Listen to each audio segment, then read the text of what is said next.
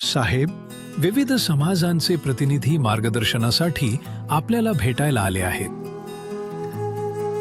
ठीक आहे, त्यांना रांगेत उभे करा. शेवटच्या व्यक्तीची समस्या सुटेपर्यंत मी इथून उठणार नाही.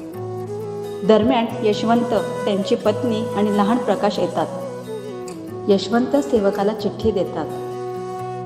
साहेब, आपल्याला भेटण्यासाठी आपल्या घरातील काही व्यक्ती आलेल्या आहेत. रांगेतील प्रत्येक व्यक्ती माझ्यासाठी महत्वाची आहे, त्यामुळे त्यांना रांगेत उभे राहायला सांगा. रांग पुढे सरकते. वेळ जातो. प्रकाश कंटाळून आईचा हात धरतो. मला माफ करा. मी फक्त तुमच्याच नाही तर संपूर्ण जनतेचा आहे. बसा. बाबासाहेब, आज मी रांगेत उभं राहून इथपर्यंत आलो आहे. इतर लोकांप्रमाणेच मला तुम्ही काहीतरी द्याल याची मला खात्री आहे. हो, नक्कीच. मी प्रयत्न करेन. जनतेचे बाबासाहेब म्हणून तुम्ही आम्हाला काही देण्यासाठी प्रयत्न कराल याची आम्हाला शाश्वती आहे. पण माझा बाप म्हणून, माझे पिता म्हणून, माझा हक्क, मुलाचा हक्क, वारसा हक्क म्हणून तुम्ही माझ्यासाठी काय केले, काय करून ठेवले आहे आणि काय करणार आहात? बाबासाहेब थरथरतात. चष्मा काढतात. डोळे पुसतात. ओठ थरथरतात. शब्द बाहेर येत नाहीत. खरं आहे रे तुझं. खरंच आहे. एक बाप म्हणून मी तुझ्यासाठी काहीच करू शकलो नाही. या देशाच्या जनतेसाठी, त्यांच्या वेदनांसाठी आणि हक्कांसाठी लढत राहिलो. आणि कधी माझ्या घरापासून, माझ्या कुटुंबापासून दूर गेलो ते मला कळच नाही. मी स्वतःला समजावत राहिलो, हीच जनता माझं कुटुंब आहे, हीच माझी लेकरं आहे. पण आज माझ्याच लेकरांनी मला विचारलं, बाबा, एक बाप म्हणून तुम्ही आमच्यासाठी काय केलं? खरंच रे माझ्या लेकरांनो, एक बाप म्हणून मी तुमच्यासाठी काहीच करून ठेवलं नाही. मला माफ करा लेकरांनो, मला माफ करा. काय केलं मी? खरंच नाही बाबा, तुम्ही आम्हाला काही दिले नसले तरी तुम्ही आम्हाला संपूर्ण देश दिला आहे. तुमचा वारसा म्हणजे संपत्ती नाही, तो म्हणजे संघर्ष, संविधान, समता. प्रकाश लहान हाताने बाबासाहेबांचा चेहरा पुसतो. आजोबा, रडू नका. जनतेतील लोक पुढे येतात. बाबासाहेब, तुम्ही फक्त तुमच्या कुटुंबाचे नाही तर आमच्या सगळ्यांचे आहात. जर माझ्या लेकरांनी मला माफ केलं तर आज माझं आयुष्य सार्थक झालं.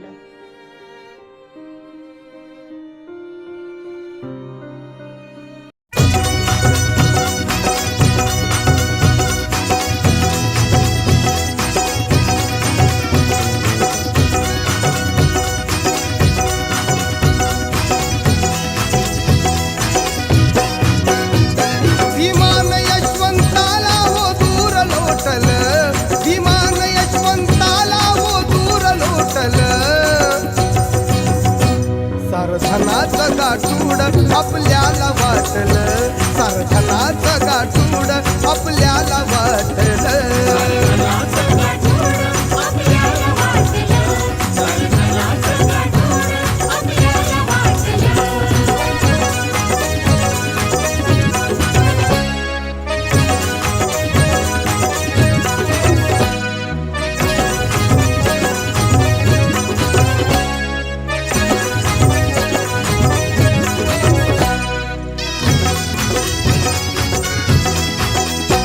देव देव करूनी पुजली आम्ही दगड, तेव्हा त्यानं पाहिलं आणि यारे म्हणे इकडं. देव देव करूनी पुजली आम्ही दगड, तेव्हा त्यानं पाहिलं आणि यारे म्हणे इकडं. मायेनं पोटाशी आपल्याला घेतलं, मायेनं पोटाशी आपल्याला घेतलं. सारधनाचं गाठूड आपल्याला वाटलं, सारधनाचं गाठूड आपल्याला वाटलं.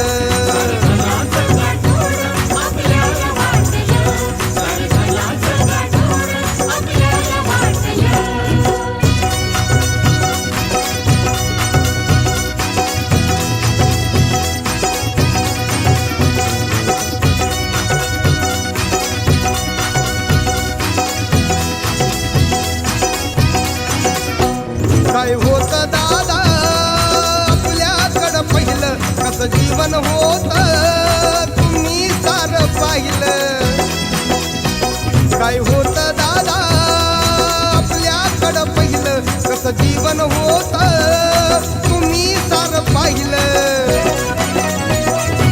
आज आपण मोठ मोठ पद गाठलं आज आपण मोठ मोठ पद गाठलं सारखनाचं गाठूड आपल्याला वाटलं सारखनाचं गाठूड आपल्याला वाटलं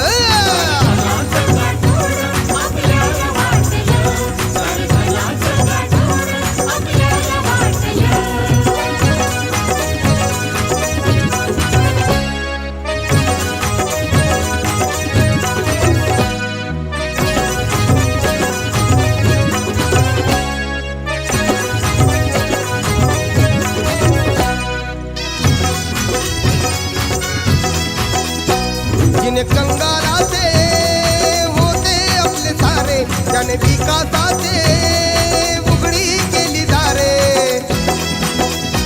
जिने कंगालाचे होते आपले सारे त्याने विकासाचे उघडी केली दारे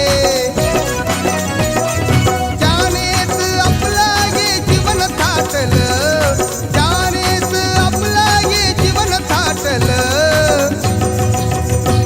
सारखनाचं गाठूड आपल्याला वाटलं सारखनाचं गाठूड आपल्याला वाटलं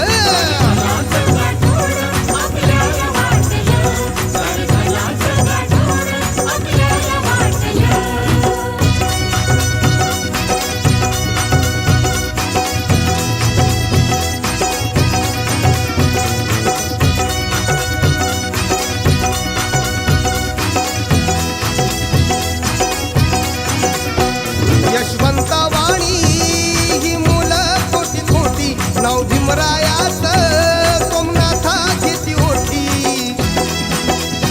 यशवंतवाणी ही मुलं कोटी कोटी नाव भीमरायाचं सोमनाथाची ओटी जाणून घ्या रे आता मर्म त्यातलं जाणून घ्या रे आता मर्म त्यातलं सारधनाचं गाठूड आपल्याला वाटलं सारधनाचं गाठूड आपल्याला वाटलं